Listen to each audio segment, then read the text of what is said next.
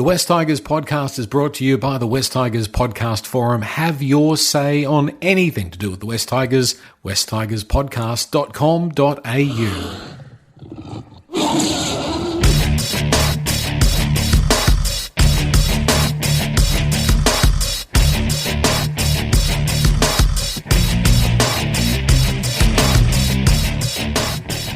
It's the West Tigers podcast, episode number 379. If you're a regular listener to the West Tigers podcast, you may notice a little bit of a difference in the way that we name the podcast. We're just making a few little changes there to help us find more people. So the traditional naming has sort of gone out the window. It's changing a little bit just to start for the new year, so look out for that. Also wanted to announce as well, we've got some feedback around the West Tigers podcast forum. We've pulled back some of the ads, so it should be a better experience as well. So if you guys want to jump on and see how it's working for you and let me know if it's better, let me know if it's worse, that would be appreciated. This podcast, a post-victory edition of the West Tigers podcast, the Tigers 30 defeating the Eels 18 at Leichhardt in the trial match on Friday evening at 8 o'clock. It was a late start to the game. I didn't get home till midnight. We'll talk about that shortly. One-word submissions. There's plenty of one-word submissions that have come in through the West Tigers podcast forum. Tiger Town SFS. Structure. Still playing without an attacking structure. Mac Tiger, their one word was shape, struggling in attack in the red zone. I agree, Mac Tiger. Mac Tiger also came back with another one word, May, my new favourite player, Terrell May. Tigersman's one word was building. The combos are building, the hope is building, and the confidence is building in the West Tigers. Dirty Reds said their one word was better. Still a bit scratchy, but it was better. Natmac 78, promising. Lorenzo, recruits. They all did a great job. Mike's one word out of the Eels trial was newbies. They all did a great job. Jedi Tiger, hope. Not the player, but just in general. So not Tristan Hope, but just hope is the one word. It's a dangerous thing to have, Jedi. Tiger Ton, exciting. Good signs in attack and in defence. Daniel 67's one word via the West Tigers podcast forum was nascent. And I must admit, I did have to Google nascent. It's a very good word. It means signs of future potential. It's not one that's in my vocabulary, but I might add it in. Daniel 67, thank you. Peter A, growing. The team is growing in confidence. Flantastic's one word was resilience. We showed some. Yeah, sometimes the West Tigers haven't been able to do that, so that was a good sign. Teddy S's one word was promising as well. Good to see Dewey play to potential. Russ Tuddy 63's word was hope. Russ Tuddy wants Tristan Hope to start in round one. Big call. Canberra Tiger, fragile. It might have been a different story if we had real pressure applied. And the last one, Barra, upsides. There were more upsides than downsides. Now, normally I'd throw to Gary Watson at this point and say, hello, Gary. What's your one word? But Gary's not available this evening, Steve. Gary's feeling a little bit under the weather, but I actually heard him on a different West Tigers pod, so I don't know if he's saving himself to, he's going to abandon us halfway through the effort or something like that, but I'm not sure where Gary is, but it all seems a bit suspicious to me.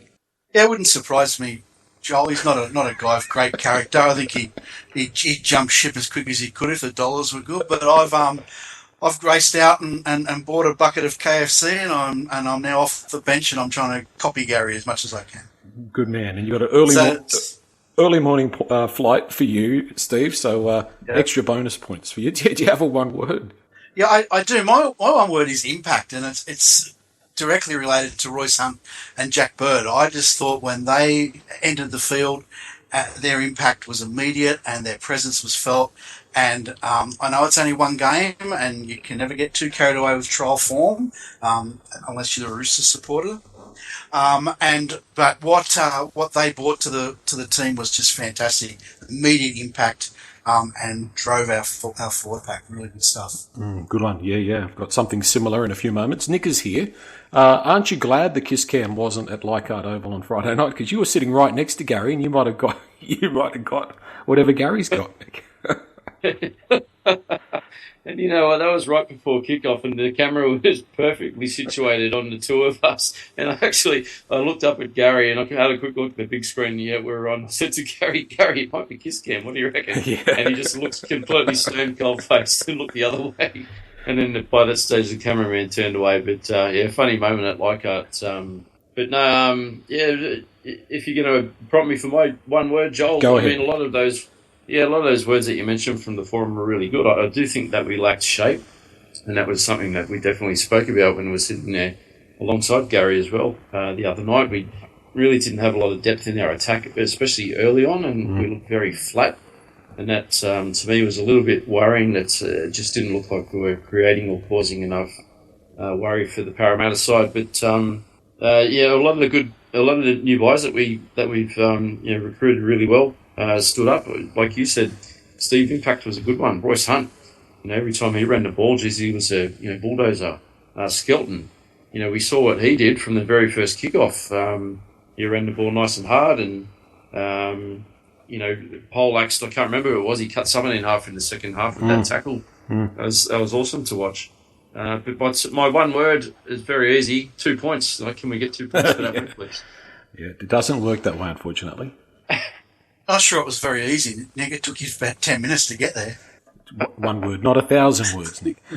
I've got to try and do something because Gary's not here. Yeah, that's right. You've got to fill the gaps. Yeah, exactly. I've got a couple of one words. I'm going to share half of Steve's. I've got Bird. I thought Jack Bird was really good. He came on after 20 minutes or thereabouts, and just seemed to provide a little bit of experience. And he was really good in the middle. And I thought he played really well and gave a lot of niggle, but it wasn't silly niggle, if you know what I mean. Like, I don't think he wasn't going over the top, but he certainly stands up for his teammates, which is good. I've got physicality just because it's tradition, but I'd like to thank Terrell May, Royce Hunt, and Jarrell Skelton for providing more physicality. They certainly provided something that we're not used to.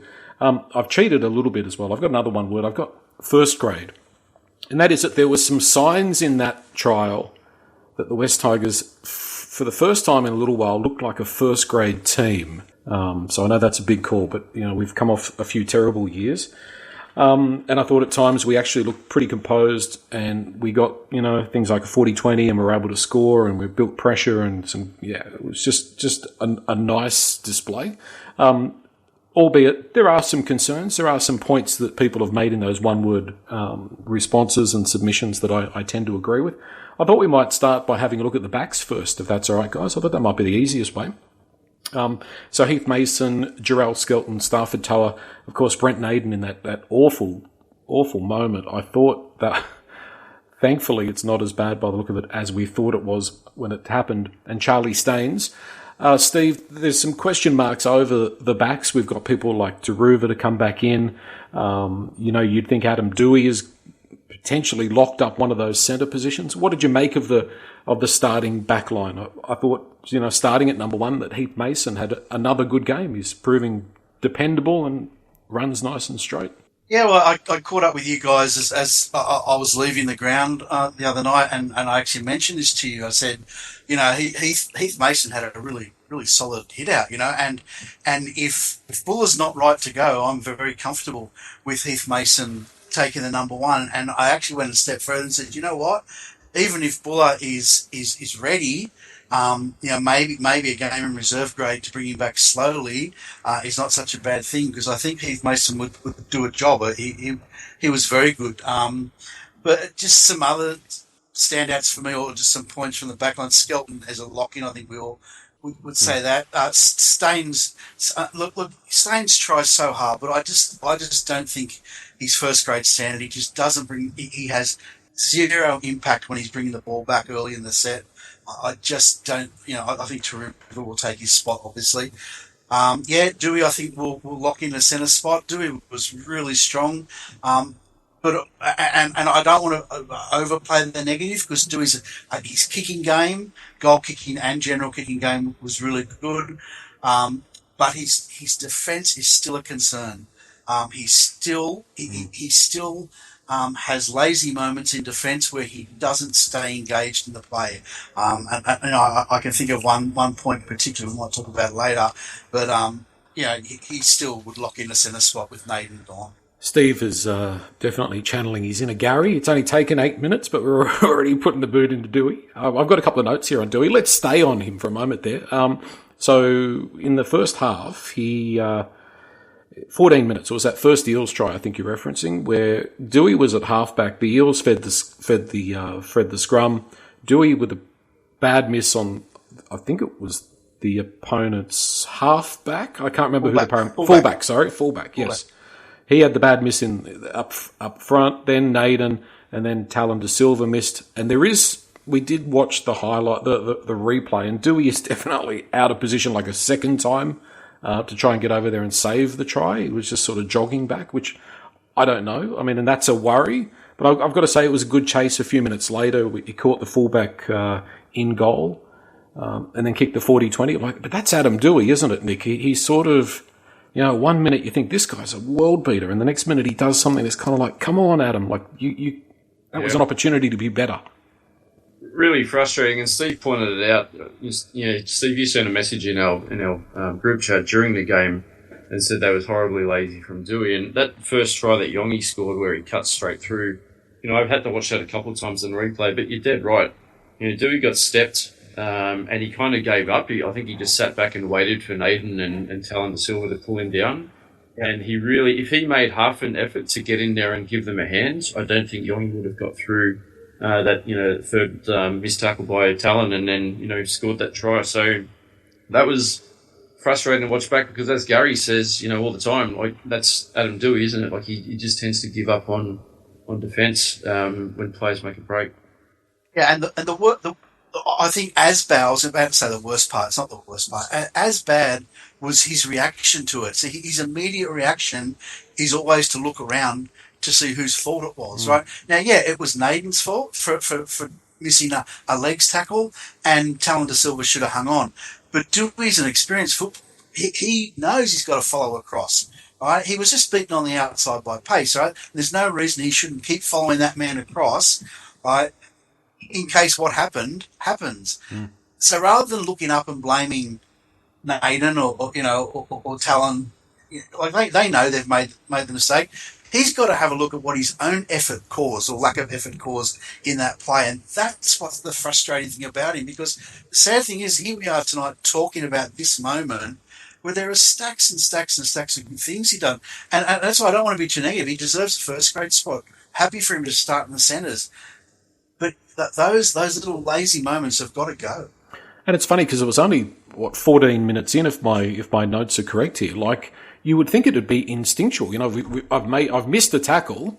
We're still 20 metres out. Like get back, like sprint, get back and try and make the tackle. And that's what's a little bit strange about it, Nick. What was frustrating too, we had all the ball early, like leading up to. Yeah, it was against the play. That, yeah.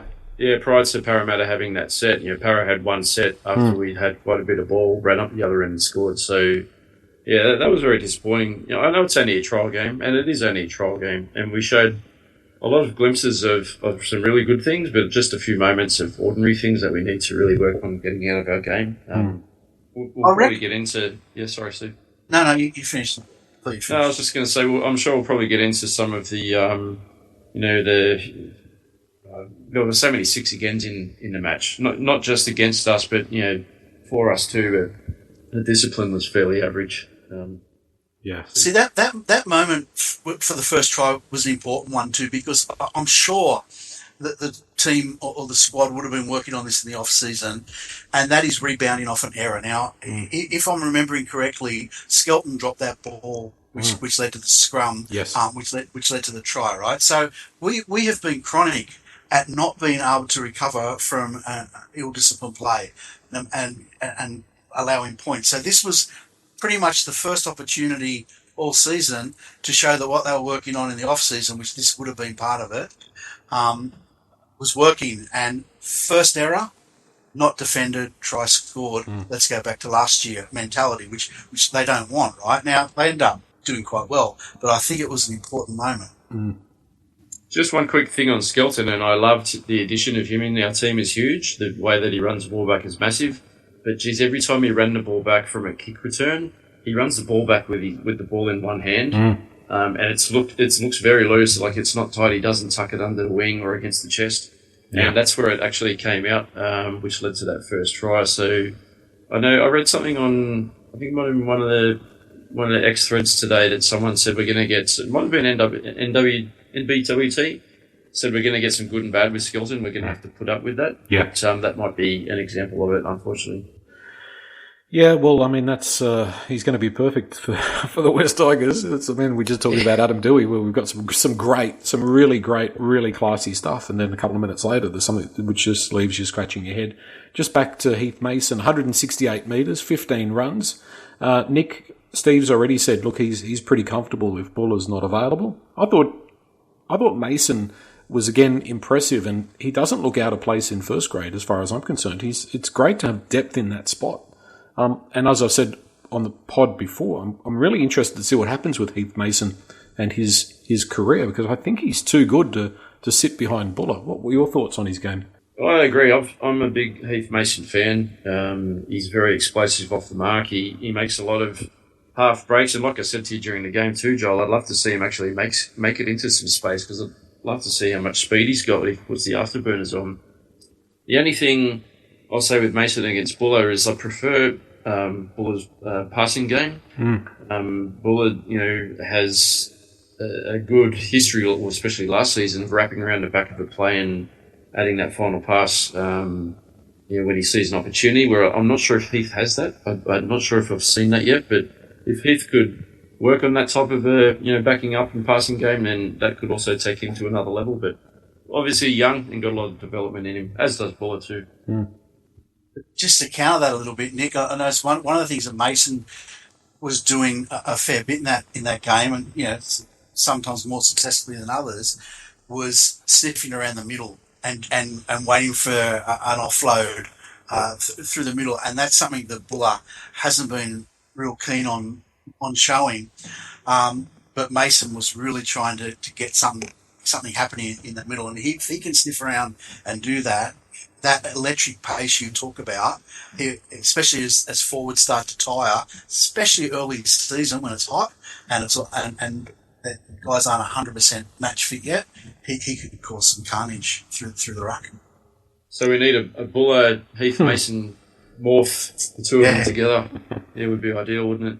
Yeah, well, we'll see. I mean, it seems to be an awfully big task to come back without any match play as well. To maybe there is something in what Steve's saying, and maybe you give Mason round one and you give Buller the chance to get his legs in New South Wales Cup. But we'll wait and see. So we're basically saying it's Mason or Buller. No great shock there. It's going to be one of them. Skelton, Toa did enough, do you think, guys, to grab that centre spot? Yeah. Dewey and Taruva on the other wing. That seems to be that's closer than what we thought last week. Nick? If Naden didn't dislocate his knee, I think he'd be a fair chance of starting in the centres round one. Yeah, well, he was playing quite well. It'll be a very interesting discussion, because the three of them, Toa, Naden, and Dewey, have all stuck their hand up and shown positive play to actually get a Guernsey for round one. So it'd be interesting to see who bench you would go with if and I don't know. Like, is there a possibility, Naden? Like, if the dislocation didn't have any other damage, could he be back in 2 weeks? Yeah, I guess there's the potential. I heard that it went straight back in, which is fantastic. So I suppose it's a chance. I'm not 100% sure, Nick, on the I'm not a sports what are they? Not a chiropractor, or a sports physio. Yeah, that's the one. Yeah, but I guess it's a chance. It'd be a chance, but I don't know if you'd risk it. It's only 2 weeks out. It's round one. I wouldn't. I'd rest him. I don't know what the recovery is either. I'm sure he's probably going to end up playing the rest of this season with that knee pretty heavily strapped. But we've got some options. Apart from...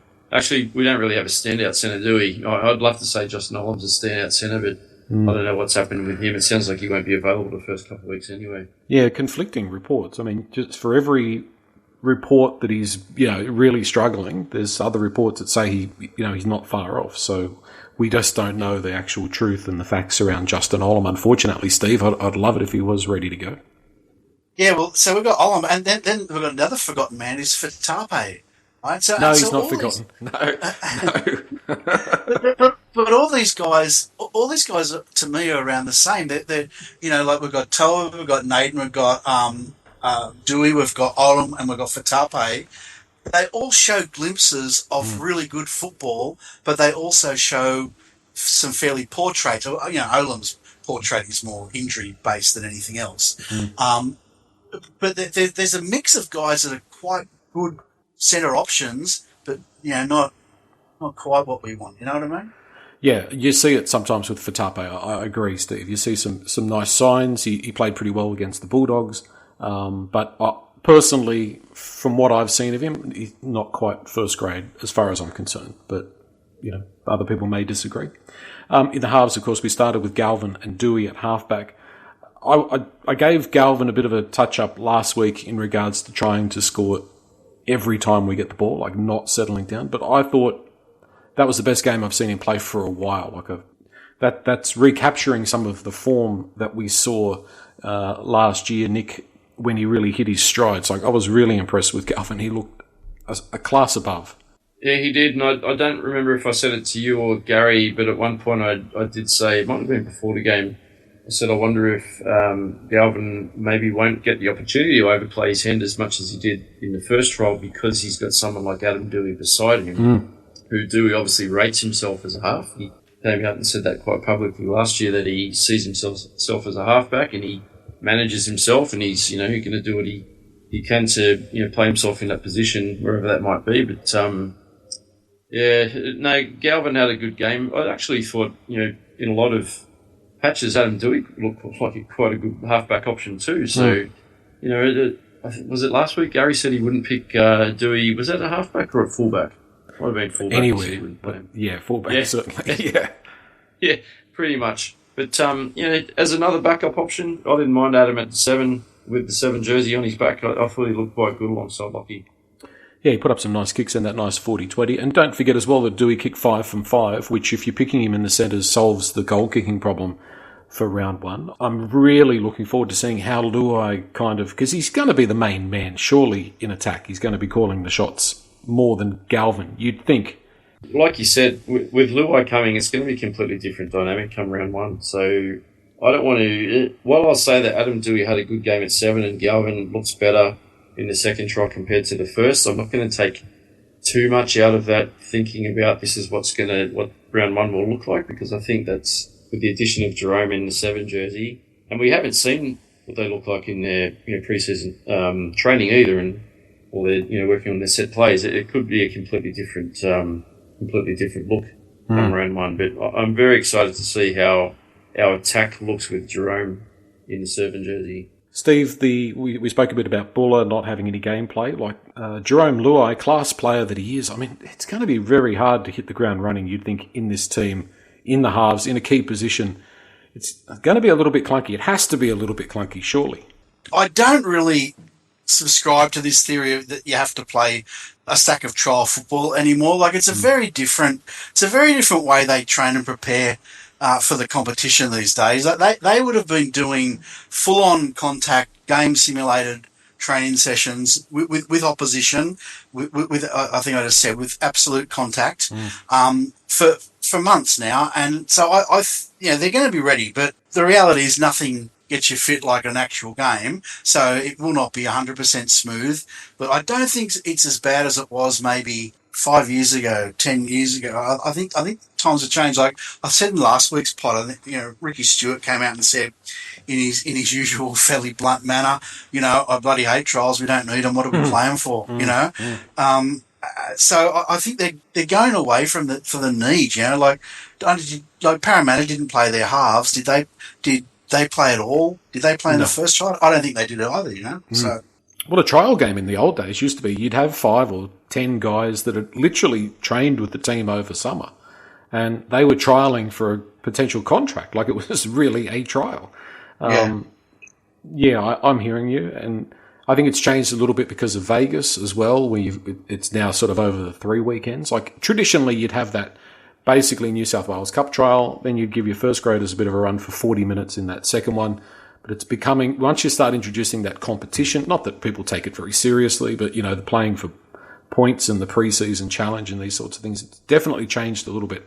And I don't think for the better. And also, Steve, what's changed it a bit is that, West Tigers aren't playing Nelson Bay or Bateman's Bay or Forbes or something like that, like their NRL teams playing NRL teams. But it's all over now for another year, which is weird. Already the trials are out of the way. I wanted to go through this post on the West Tigers podcast forum from Wiz, because we were talking about the halves, and we haven't spoken about Latu Fainu, but Wiz says we need Latu in the 6. He's better than Galvin. He was more highly rated coming through the juniors. He's faster, more powerful, and a better defender than Galvin. And his passing game is at least as good as Galvin's. He says Latu has very quick hands and better sleight of hand. Galvin touches the ball a lot but doesn't do much with it. He's not much of a running threat, a bit like Jackson Hastings. Oh, that's a big call. Don't take it the wrong way. I'm not saying he is Jackson Hastings.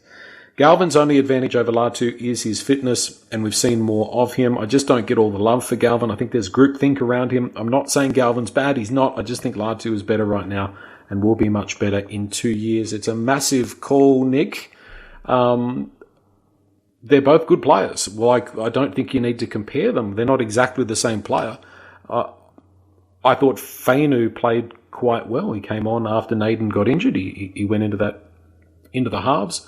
And I thought he accounted for himself really well. We are blessed to have all 3 of them, I would suggest. And I think Galvin's going to take a little bit of moving out of that number 6 jersey for a little while.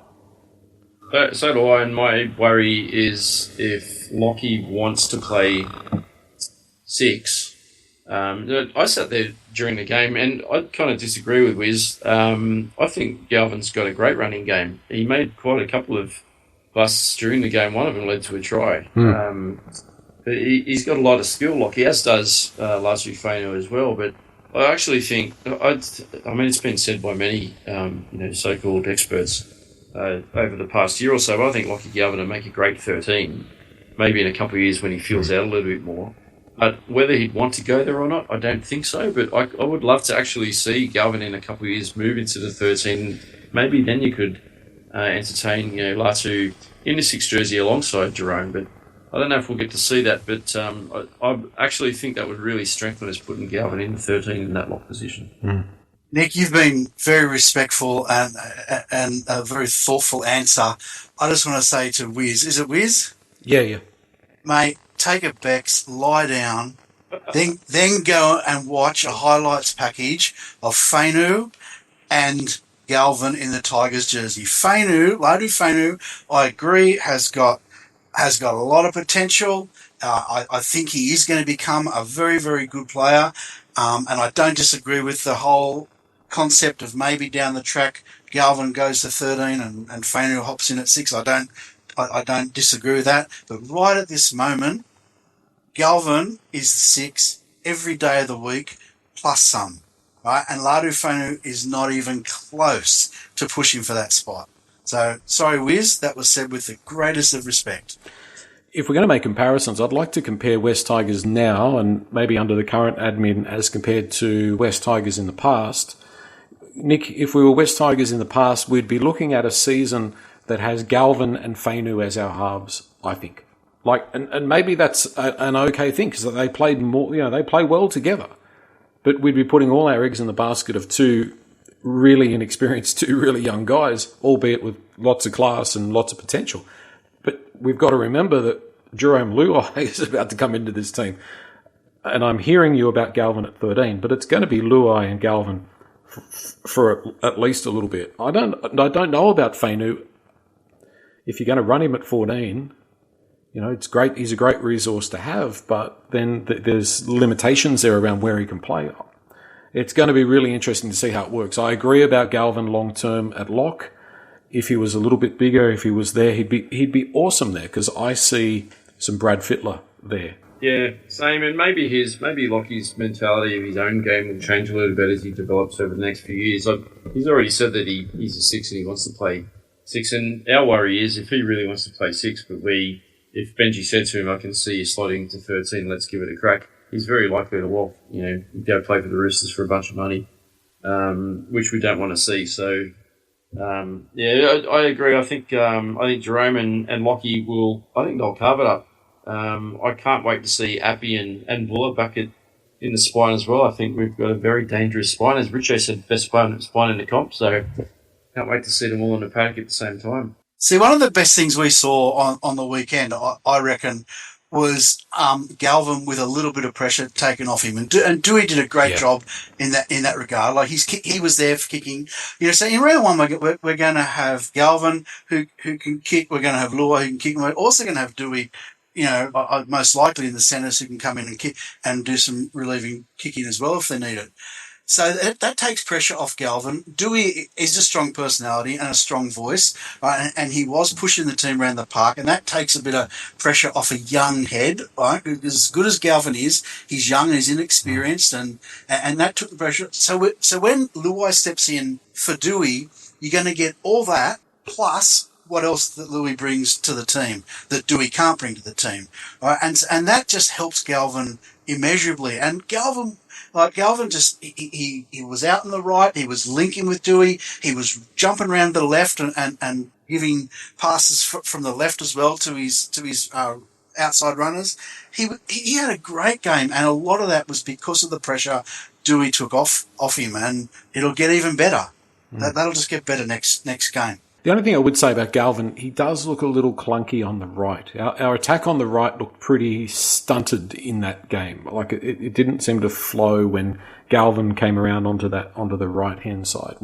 He seems to be a moth to a flame to the left, and Luai's a specialist left side player, and Latu Fainu also looks a lot more comfortable on the left where he played that game. So yeah, look, a lot to see.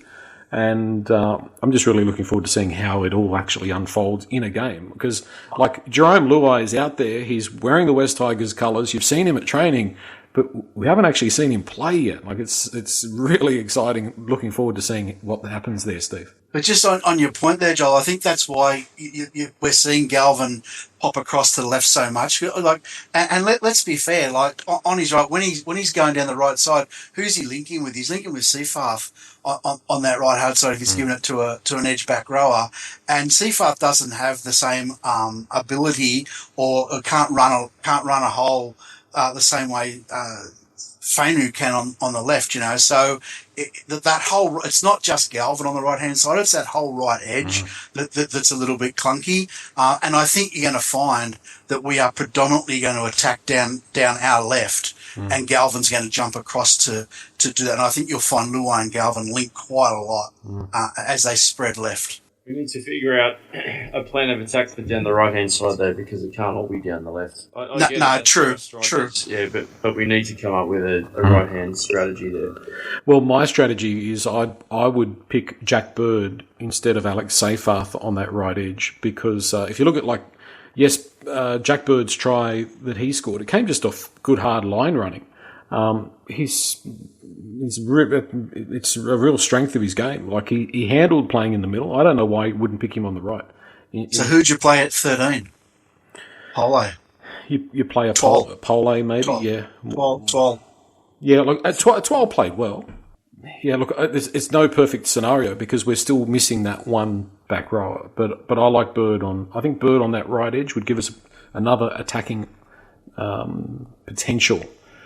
So, anyway, we'll wait and see. You take away that link. I agree that the 13 these days needs to be a link player. Needs to have good ball skills.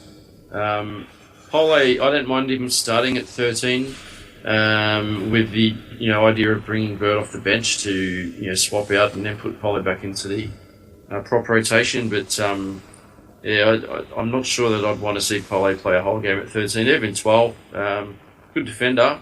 And I know Eddie put through a message in our group chat the other night that the middle of the field looks really tightened with our defence early on, and it was for the whole first half was pretty good. But what does 12 create? To me, he doesn't create anything. He almost scored the other night. He kind of ball almost went into his hands, and he had the line wide open in front of him. But I do like Alex Twal, but maybe as a bench prop for me. Yeah, but that's the thing too, is if you pick Bird in front of Seyfarth on the right edge, then you're throwing Seyfarth back on the bench, and then if you're putting Twal on the bench, then we're starting to lose a bit of impact off the bench.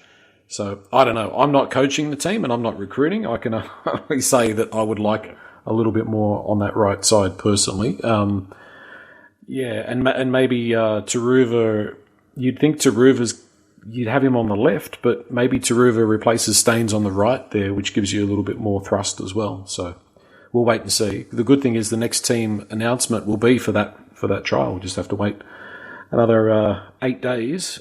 Let's have a look at the forwards. Some of those stats, very impressive. Terrell May, 18 runs, 157 metres.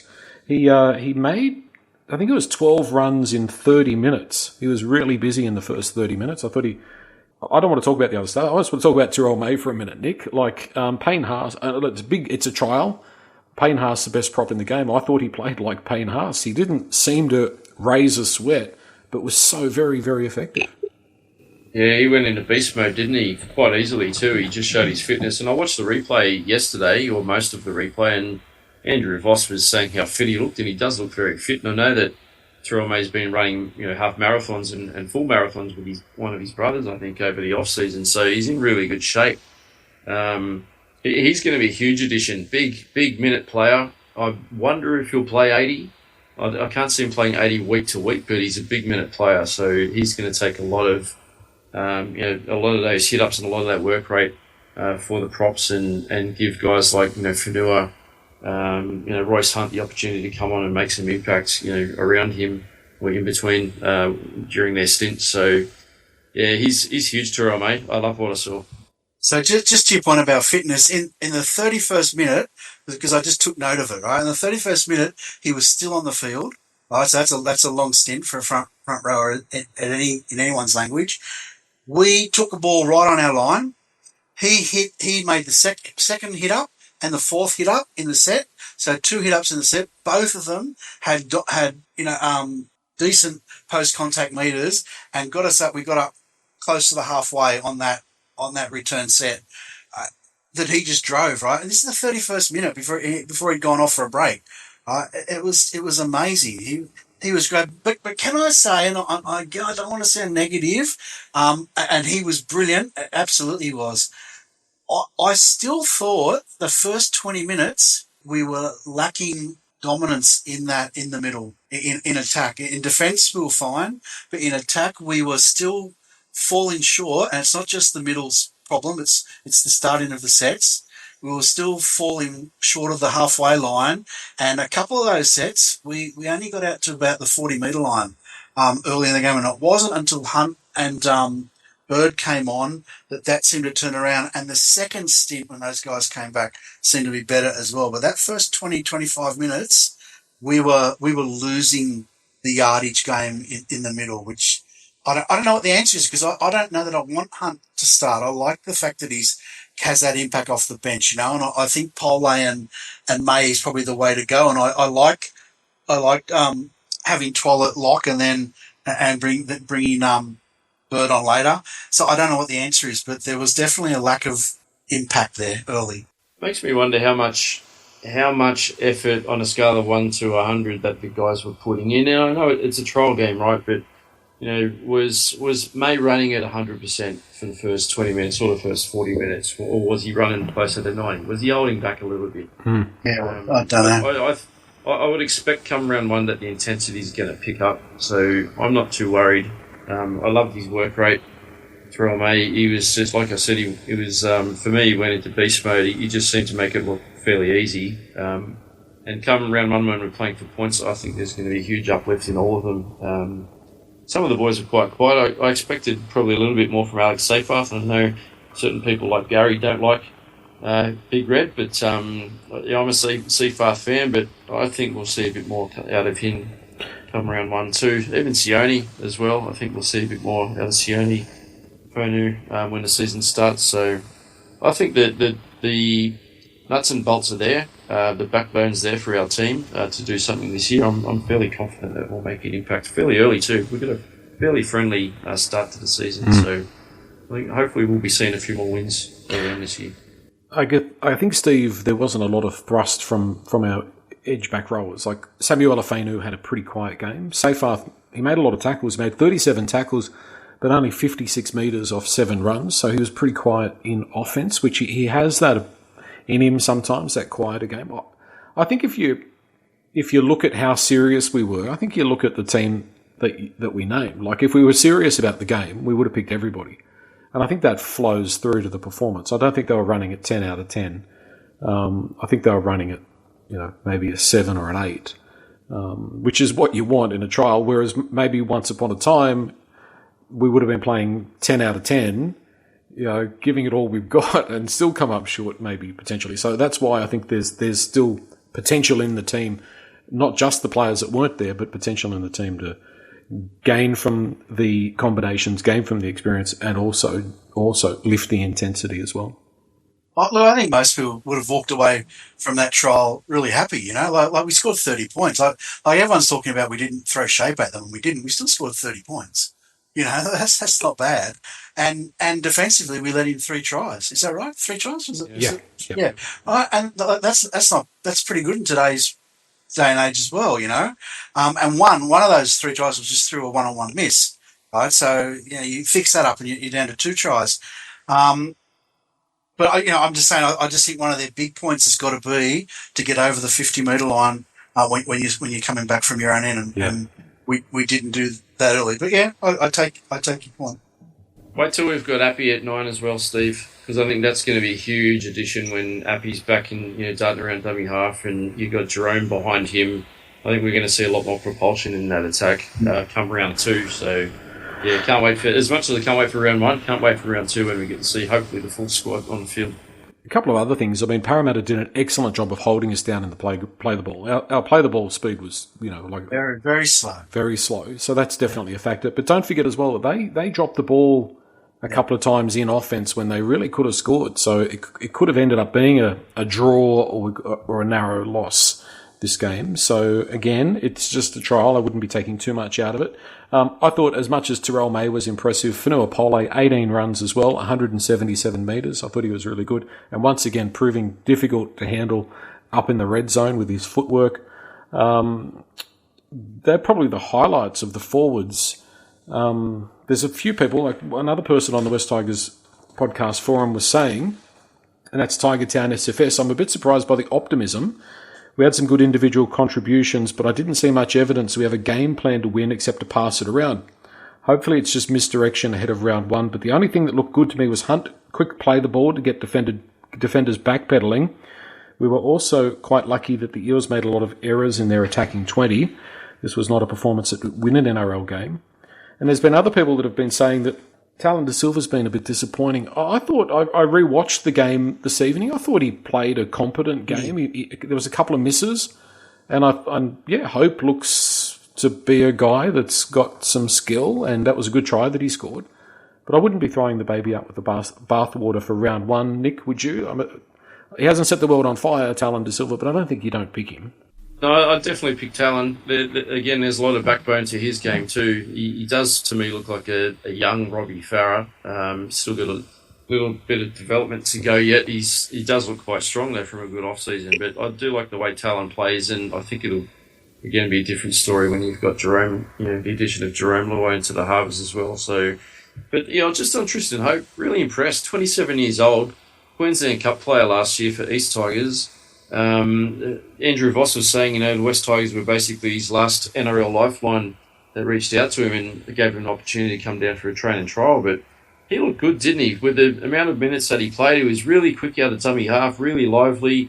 When he burst over from dummy half and scored that try, geez, he was pumped. Like, there was a massive roar and the boys were around him. Fanua Bole came up and kissed him on the cheek.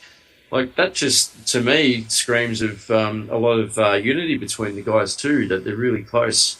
And even Tristan Hope, you would think, is probably not on the outer, but he's probably, best going to be a cup player. There's a lot of unity between the NRL boys and the second tier. So, but I like him. I think he could be a handy backup if we need to fall back, beyond TDS in that 9 position during the season. Yeah, I tend to agree with all of that. And I think, Steve, what we're seeing maybe what stands out to me a little bit from these two trials is that I think we're going to have a better New South Wales Cup team this year, which I think is so important. Having people that are actually there that are pushing potentially for first grade selection. I think it's so important for the club to have a better New South Wales Cup team than we've had the last couple of years. Yeah, I think there's going to be more competition for places this year, which is good. I still think if we don't get ravaged with injury, I think we've got 17 to 20 players that can compete really well at NRL level. I think if we get ravaged by injury, even though I agree with you, Joel, I think we're stronger. We're stronger below than we were. I think we're still going to struggle with impactful players, coming in to replace the injured players. I think, but just on that unity, I want to make that point as well. And I know we say it every year, and did the team look together and happy? But something really caught me when we went out to that trial a couple of weeks ago, where the younger guys were playing, the Magpies were playing, and the Balmain Tigers were playing, and the first grade squad was there, and they went out and they formed a tunnel, and they all ran through the tunnel, and the first grade players clapped them out, and there is a vibe and a feeling within that playing group that you can see, and also just around the whole organisation, that to me it seems to be something special. Now it's going to get tested, right? Like 3 losses and 2 bad injuries, and all of a sudden this stuff gets tested. But at the moment, they seem a very, very tight group. Yep. Did you see that clip? Excuse me, I think it was yesterday or today, where when Jack Bird scored his try, there was a split screen in his clip that I saw, and they were showing the Tigers bench when Bird went over and scored. And when he crossed the line, at the same time, Appy, Jerome and Sunny Taruva all jumped up along with the other boys, and they were high-fiving each other and cheering on Bird. Like, it looked like they'd won a grand final. But just that really shows to me there's a lot of togetherness and a lot of unity in the group. So I'm excited. And again, we haven't kicked off yet. Round 1's still 2 weeks away, but my hopes are up. I hope I don't get hurt, but wouldn't be the first time. Come on, Tigers. Yeah, I mean, even just watching the players that were on the bench, they seem to be enjoying each other's company, and there was a few signs in the game of guys being there to back up their teammates and that. So yeah, some good signs. Hopefully it's the start of the building of some momentum within the club and as a football team, and getting a different identity, because we're still the NRL laughingstock. We still get the negative headlines, we still get the comments about enough. What I saw today, enough spoons to make a soup or something like that. Like, we've got to change the way the perception of this club, and the only way we can do it is to come together on the field and win games. I liked some of the team stats: 82% completion rate, 300 plus more run meters than the Eels, 150 plus more post contact meters, 41 tackle breaks, which was really good, 7 line breaks. We made 23 missed tackles. The Eels made 41. So the scoreline probably pretty accurate, given going off the stats. And I wanted to make special mention of Ashley Klein, the man of the match. I think he thought that people paid $50 to go and see him, because he wanted to be involved in everything. He gave away 8 penalties, the West Tigers did. So the Eels got 8 penalties, all those resets, including a scrum penalty, which was pedantic. Throwing the ball away, pedantic. I thought it was a real Ashley Klein kind of performance.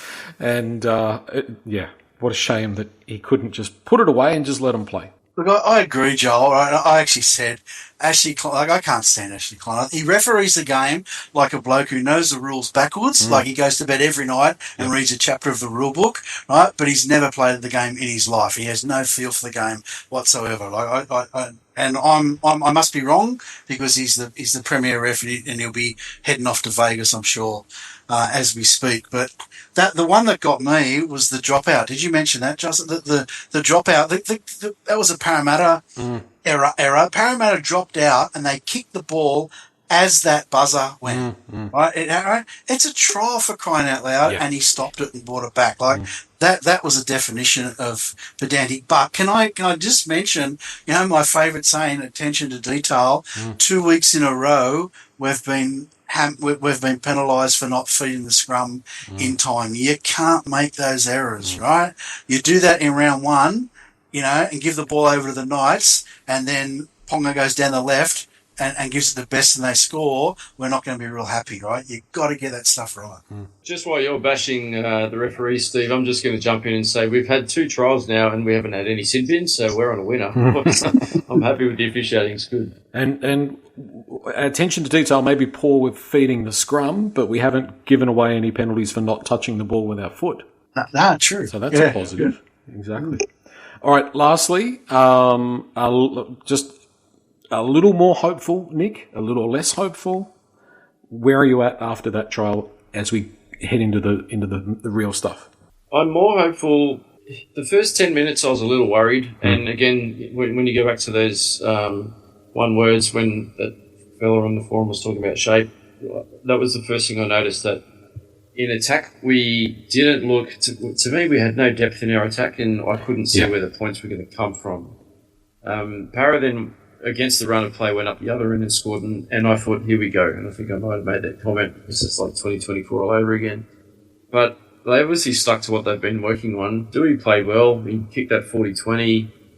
He had some nice passes and some nice touches. Lockie played a Lockie game, and we scored 30 points. So there's obviously points in the team, and there's some really key players yet to come into the team who haven't put the jersey on yet. Yeah, well, 3/4 of the spine.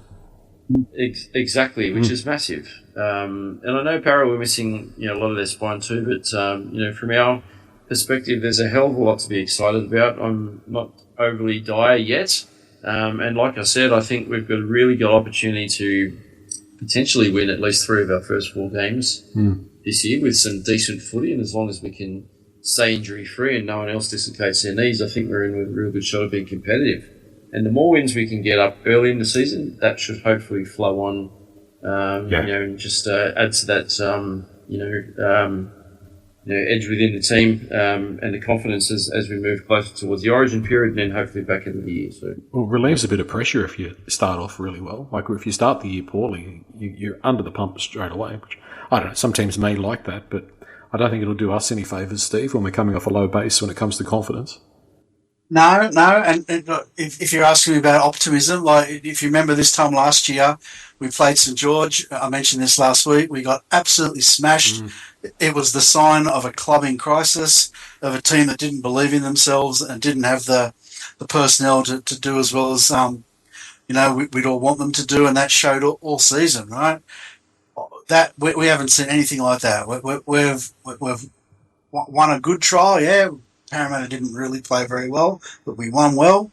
We beat the opposition that we had in front of us really well, and the team looked raring to go. I'm looking forward to us jumping out of the blocks. I reckon, like seriously, if we can be after round 6, if we can be 3 wins, 3 wins, like coming from where we're coming from. So if we can have 3 out of 6, I think we should be really, really pleased with that. 4 would be fantastic, right? Yeah. 6 would be even better. Oh, of course. But I think we just need to temper with a little bit of reality. But if we can just get off the mark and get moving, I think that'll stand us in good stead.